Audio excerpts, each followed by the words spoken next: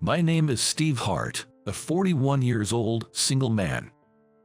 I'm a local newspaper reporter in my hometown. I harbor a secret that I can't share with anyone. Truth be told, even at this age, I have no experience with women. There are various reasons for this, but in short, I guess I don't have the guts. I've had my chances. I mean, it might sound odd, but I do get approached by women from time to time. The issue of not being able to cross that final line was always a matter of the heart. After repeatedly hurting people, letting them down, I eventually got tired of dealing with people. If we're destined to break up, I figured it's better not to date from the start. That way, neither of us gets hurt, and I won't disappoint anyone by failing to meet expectations. Once I reached this state of mind, I found peace in my heart. Sure, there's a bit of loneliness, but I've come to terms with that as the price to pay for my peace of mind. The change in my life came this spring. Covering the local news, I was putting together a feature on cherry blossom cookies for the upcoming cherry blossom season. I had the chance to make these cookies at a well-established local bakery. A small shop run by an elderly couple, their only granddaughter, Jenny, who attracted customers. As they had no successor, it seemed that Jenny would eventually take over. I heard she had graduated from a culinary school with a focus on pastry arts. Thank you for today. Making these traditional cookies for the first time was a great experience. I'm sure I'll be able to write a good article, I said to Jenny, while enjoying the cherry blossom cookies and tea that I made myself. I'm glad you enjoyed it. I must say, seeing you in an apron was priceless. I had met her a few times at local Chamber of Commerce year-end parties. She was always surrounded by a lively crowd, and I could never get close to her at these events. It seems that she had properly found me, who usually drinks a small beer in the corner of the banquet hall. I always thought you were quiet and cool, so seeing you in a white apron was quite a surprise. I wish I had taken a picture for memory. As she chuckled remembering the scene, I felt a bit embarrassed. She's the face of this shopping district, a local icon. With her cheerful personality and charm, she's quite the celebrity around here. Although she is concerned about being over 30 and wants to give up the face of the shop, she's still popular. Cool vibe, that's the first time I've heard that. As I showed my surprise, she shook her head seriously. No way, you must know that there are plenty of girls after you, Steve. Leaning towards me, she said this, and I could feel my face flushing. She smiled at me from a distance where I could clearly see her pretty nose and well-defined eyelashes. So, I'm going to take a shot here. Please, will you be my boyfriend, Steve? What? It was so sudden that I thought my ears had gone crazy.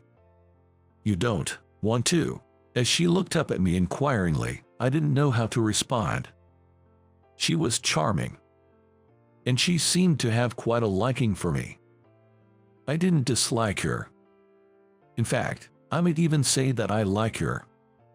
But it's not that I don't like you, Jenny. I just can't be with anyone. I don't have the courage to date.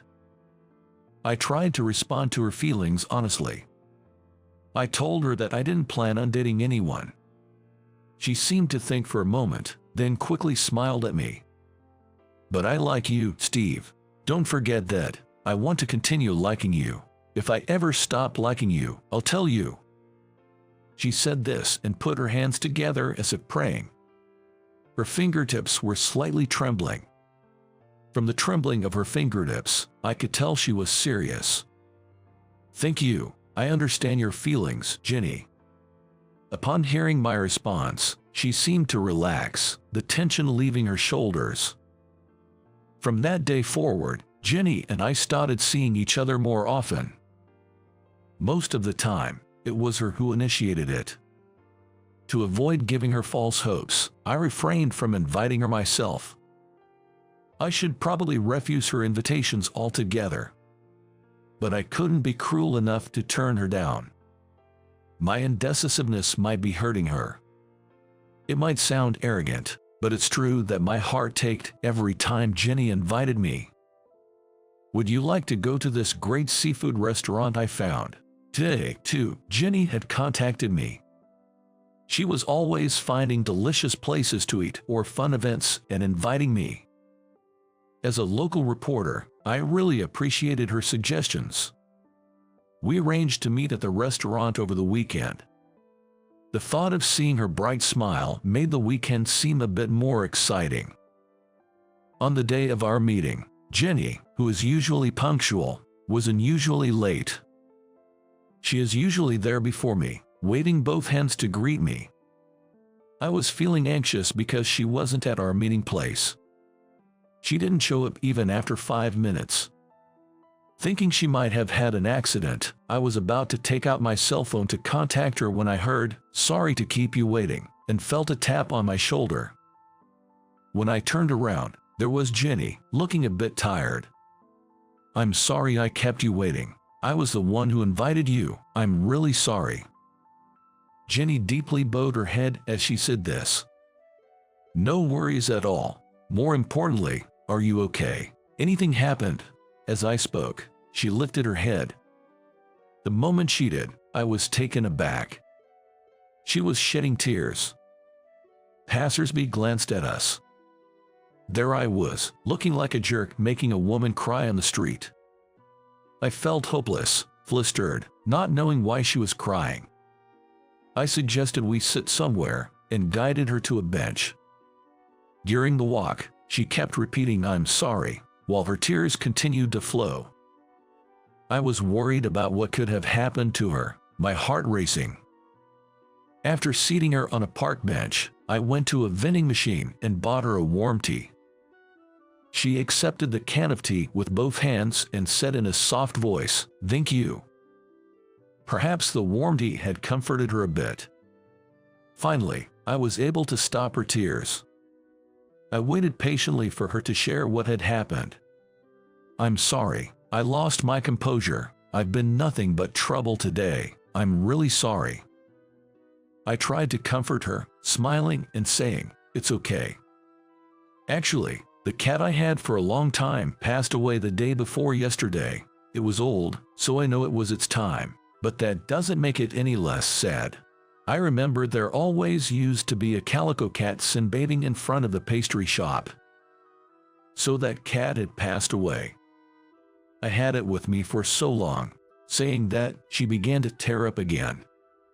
She had been with the cat until its last moments. I could tell from her voice that it hadn't been a painless death. Still, she had stayed by its side until the end, meeting its gaze. It's hard to have your wishes come true. She kicked a pebble at her feet as if she was a bit annoyed. Life's full of unfulfilled wishes. At my words, she nodded slightly. I've never had a pet. I'd never had a chance to raise a pet since I was a child. I had no interactions with animals. My grandparents, who raised me, didn't like animals. I barely have any memories of my parents. I grew up under the care of my grandparents. When I asked them about my parents, they wouldn't tell me anything. I only vaguely remembered my mother's face as she said, "I'll be back soon." She left me behind, and I never saw her again. It wasn't until I grew up that I realized I had been abandoned. I had been left by my mother. Since I didn't remember my father at all from the start, I didn't miss him. But about Mom, I have been so lonely. But I could never forgive my mother, who just said, "I'll be back," and left me behind. That's why I find it difficult to form relationships with anyone. The fear of getting close to someone, knowing we might eventually part ways, is overwhelming. The thought of waiting for someone to leave me, just like my mother did, is unbearable even to imagine. When I became an adult, I could have adopted a pet, but I never did. I would eventually have to see them off. Just imagining it was painful. I confessed to my girlfriend that I can't own pets because I can't bear to think of losing them. She looks at me, surprised. It's the first time I've talked to her about myself. Thank you. I learned something important about you, Steve. The face that was crying a while ago turned into a gentle smile. She smiled as if to cheer me up. In the end, I decided to go home without having the seafood we were supposed to eat that day. When we reached the exit of the park, she stopped. She put her finger on her lips and said, "Shh." We could faintly hear a kitten meowing. She quietly approached where the kitten's voice was coming from. Her figure disappeared into the thick of the flower bed. And when she came out of the thick, she was holding 3 kittens in her arms. "I found them," she muttered, seeming a bit stunned.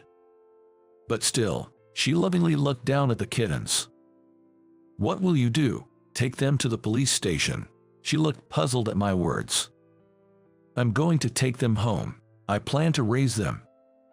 "What? But won't you be heartbroken again? Why, aren't you scared?" My true feelings slipped out spontaneously. I mean, just a while ago, she was crying about parting with a cat, and now she's picking up abandoned kittens. I can't even understand that. In a few years, another heartbreaking parting will be waiting. Rather than imagining the future sadness, there's something more important. Jenny said this with a slightly sad smile.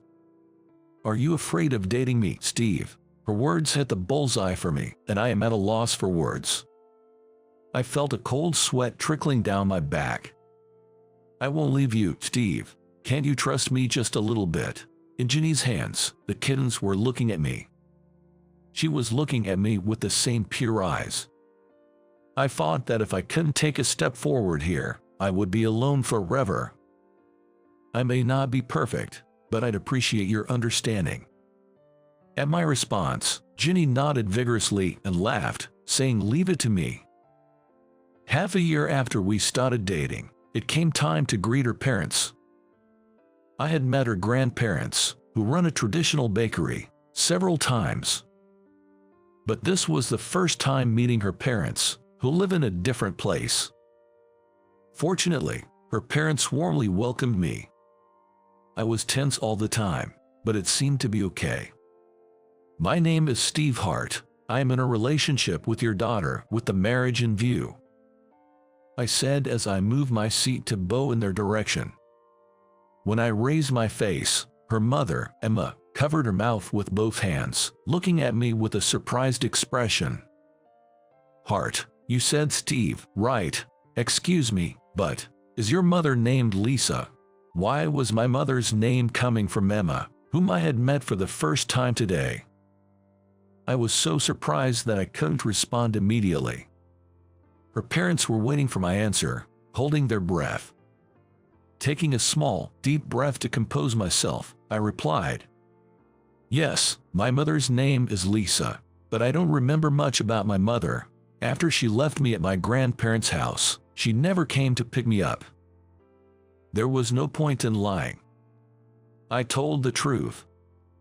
Upon hearing this, Emma began to shed large tears. You resent your mother, don't you?" Her voice was shaking with tears. "Yes, if I said I didn't, I'd be lying," I admitted. At my answer, Emma began to sob uncontrollably. Her husband quietly hugged her.